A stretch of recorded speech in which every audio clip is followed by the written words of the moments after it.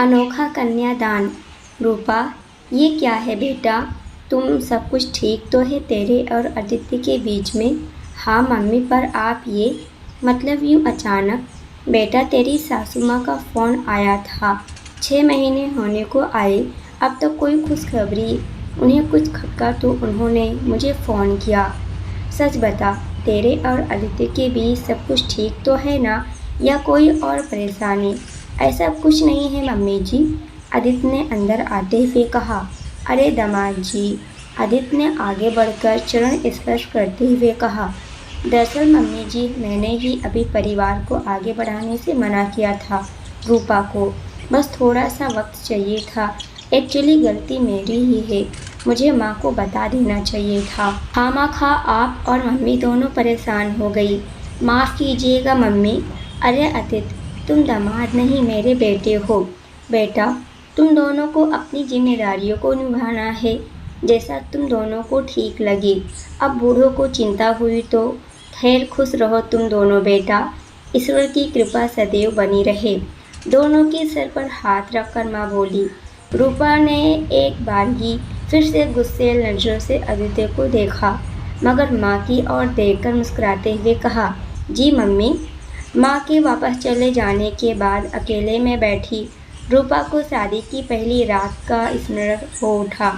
जब आदित्य उसके पास आया था तो रूपा ने खुद को समेटते हुए साफ इनकार करते हुए कहा था, मैं इसके लिए तैयार नहीं हूँ। तब आदित्य ने कहा, हाँ, ये हमारे मिलन की रात है, हम दोनों को एक होने की रात। और जब दोनों ओर से एक होने की रजामंदी समर्पित करने की स्वीकृति हो, तभी मिलन संपूर्ण रूप से होता है। तुम्हारे निर्णय का सम्मान करता हूँ, मगर एक पति के हक से जानना चाहता हूँ, वजह क्या है?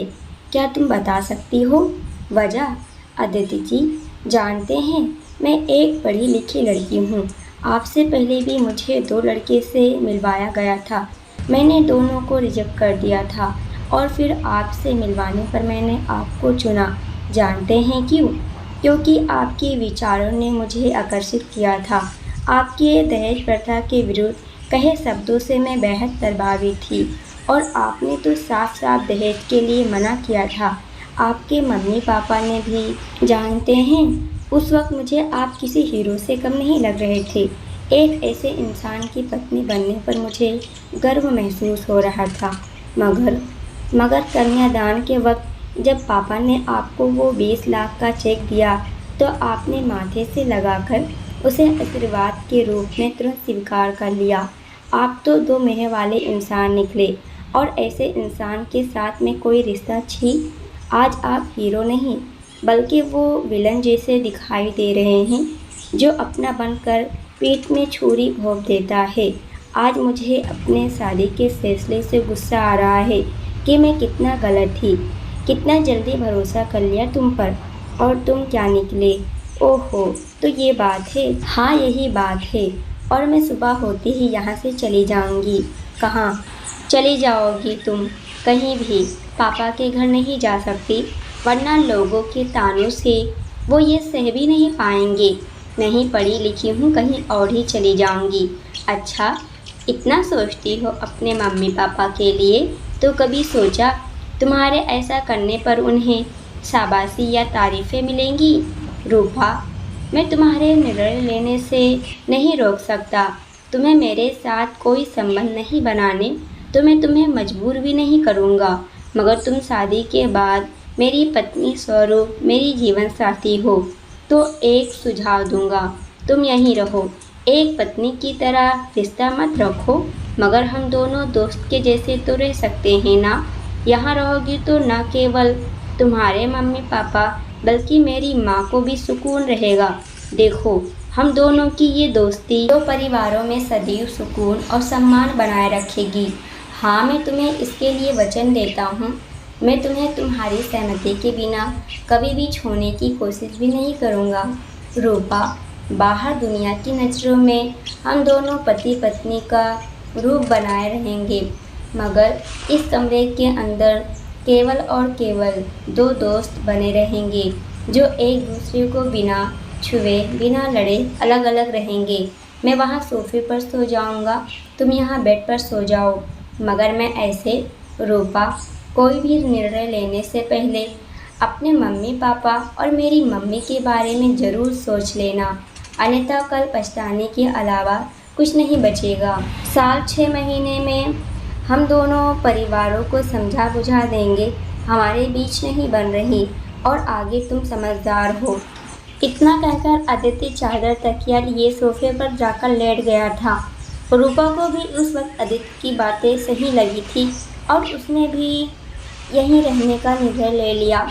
सचमुच आदित्य अपने वचन पर कायम रहा। उसने कभी रूपा को छोड़ने की कोशिश नहीं की। ऐसे ही आज 6 महीने पूरे होने को आए थे। दोनों ने अब तक कोई खुशखबरी नहीं दी थी। तो आदित्य की माताजी ने अपनी समधन रूपा की मम्मी से बातचीत की थी, जिसके परिणाम स्वरूप वो रूपा से मिलने आई थी। मगर अब रूपा ने निर्णय किया वो कल ही वकील से मिलकर आदित्य से तलाक लेने की प्रक्रिया की शुरुआत करेगी। अगले दिन वो एक वकील के पास पहुंची।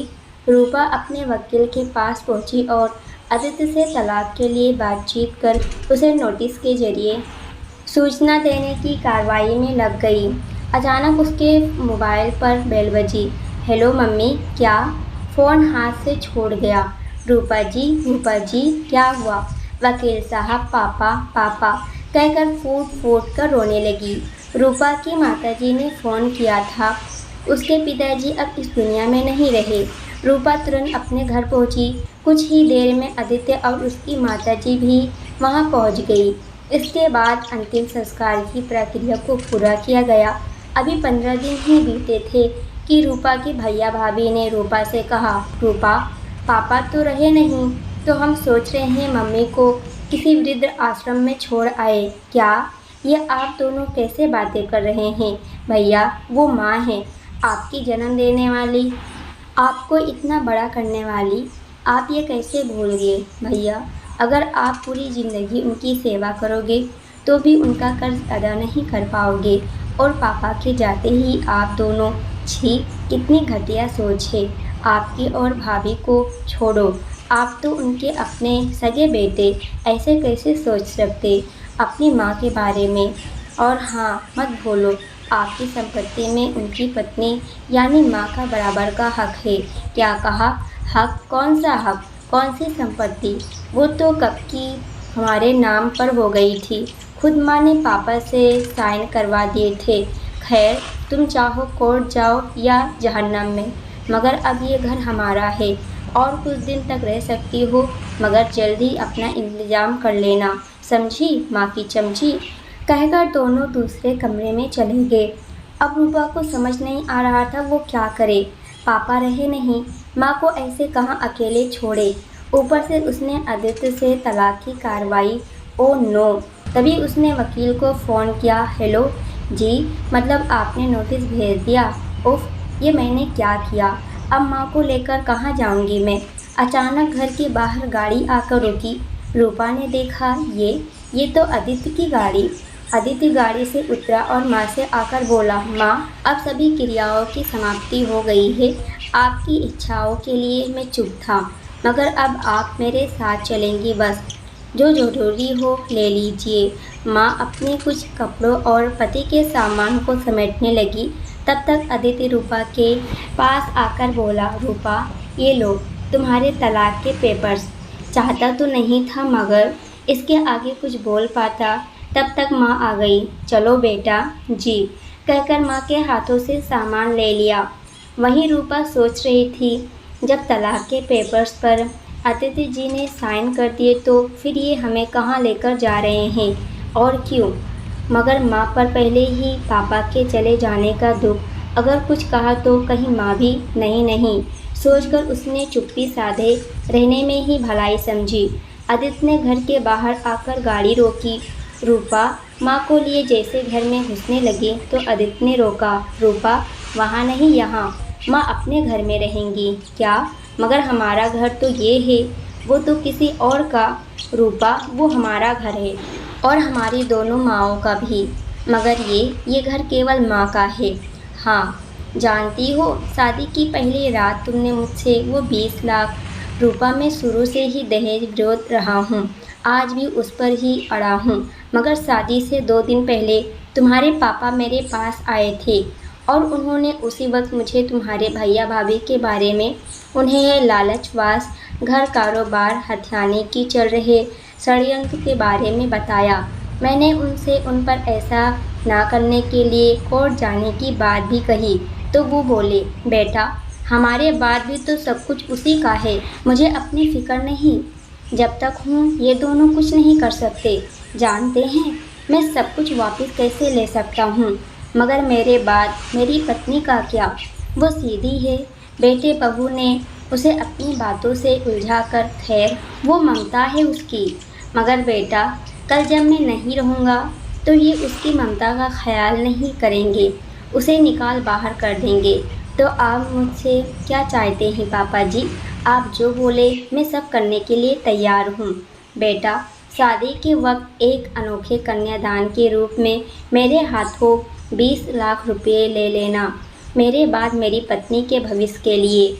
वो दर दर की ठोकरें ना खाए बेटा, और हाँ, इस बात का मेरे मरने तक किसी से जिक्र मत करना, तुम्हें इसे बूढ़े बाप की कसम। रूपा ना चाहती हुए भी मुझे वो रुपये लेने पड़े और इसलिए मैं तुम्हें कुछ बता भी नहीं पाया। रूपा पापा की बातों को मानकर मैंने इसमें कुछ रकम जोड़कर अपने साथ वाला घर खरीद लिया। अब माँ यहाँ बिना किसी के डर से अच्छे से जैसा चाहे रह सकती है। बाकी हमारा घर इनका अपना ही है और मुझे दोनों माँओं के साथ रहकर दोनों के प्यार और आशीर्वाद के साये में जीवन व्यतीत करना है। आदित्य जी, दौड़ते हुए रूपा आदित्य के पैरों में गिर गई। मुझे माफ़ कर दीजिए, मुझे माफ़। मगर तुम्हें तो आदित्य बोला, नहीं चाहिए नहीं चाहिए कहकर पेपर्स फाड़ दिए। रूपा पत्नी की जगह कदमों में नहीं पति के दिल में होती है, कहकर आदित्य ने रूपा को सीने से लगा लिया। दोस्तों, इस वीडियो के बारे में आपकी क्या राय है? अपनी राय कमेंट बॉक्स के जरिए देना मत भूलिएगा। और अगर वीडियो पसंद आई हो तो वीडियो को लाइक और कमेंट तो ज़रूर करना। और हाँ, अगर आप मेरे चैनल पर नए हैं तो चैनल को भी सब्सक्राइब करना मत भूलना।